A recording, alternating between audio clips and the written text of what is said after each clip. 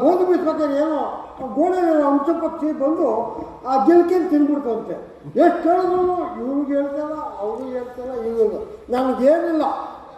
ಗಿಲ್ಕೆ ಬಂಗಾರ ಗಿಲ್ಕೆ ಬೇಕೇ ಬೇಕು. ನ್ಯಾಯ ಕೊಡ್ತೀವಿ ಸ್ವಾಮಿ, ಅಷ್ಟೇನೆ. ಏನಯ್ಯ ದೇಶಿಕ, ಬಂಗಾರ ಗಿಲ್ಕೆ ಏನಾದ್ರೂ ಕದ್ದಿದ್ದರೆ ವಾಪಸ್ ಕೊಟ್ಟಿಬಿಡು. ಸ್ವಾಮಿ, ಕಳ್ಳತನ ಮಾಡುವುದು, ಸುಳ್ಳನ್ನು ಹೇಳುವುದು ಮಹಾ ಅಪರಾಧ. ಆದ್ದರಿಂದ ನಾನಾಗಲಿ, ನನ್ನ ಸತಿಯಾಗಲಿ, ನನ್ನ ಮಗನಾಗಲಿ ಆ ಗಿಲ್ಕೆಯನ್ನು ಕಣ್ಣಿಂದಲೂ ನೋಡಿ. ಇಲ್ಲ ಸ್ವಾಮಿ, ಇವರೇನು ಹೇಳೋದು ನಾನು ಒಪ್ಕೊಳ್ಳೋದು, ಇವರೇ ಗದ್ದಿರೋದು. ಸುರೇ ಮಂತ್ರಿ, ಪೂಜ್ಯರೇ, ಈ ದೇಶಿಕನಿಗೆ ಈ ಕಂಬಕ್ಕೆ ಕಟ್ಟಿ ಘೋರವಾದ ಪೆಟ್ಟನ್ನು ಹೊಡೆಯಿರಿ. ಆಗಲಿ ಆಗಲಿ ಪೂಜ್ಯರೇ. ಚಾರಣೆ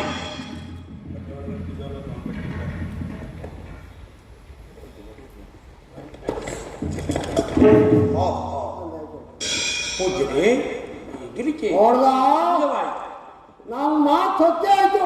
ಸರಿಯಾದ ಸತ್ಯ ಆಗಲಿ ಇವ್ರಿಗೆ. ಏನಯ್ಯ ದೇಶಿಕ, ಕದ್ದು ಇಲ್ಲ ಅಂದೆಯ? ಮಹಾಮಂತ್ರಿ, ಪೂಜ್ಯರೇ, ಇಲ್ಲ ಅನ್ನಕ್ಕೋಸ್ಕರವಾಗಿ ಈ ತರ ನೇತ್ರವನ್ನು ತಿಟ್ಟಿ ನನ್ನ ಪಾದ ಕೆಳಗಡೆ ಇಡಿ. ಆಗಲಿ ಪರಮಾತ್ಮನ ಇಚ್ಛೆಯಂತಾಗಲಿ.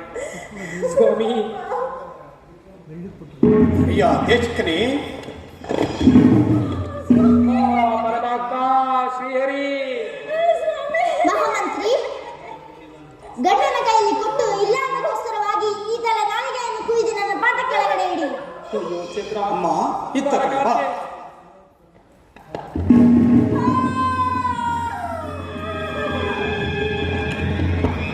ಸ್ವೀಕರಿಸಿ ಪ್ರಭು.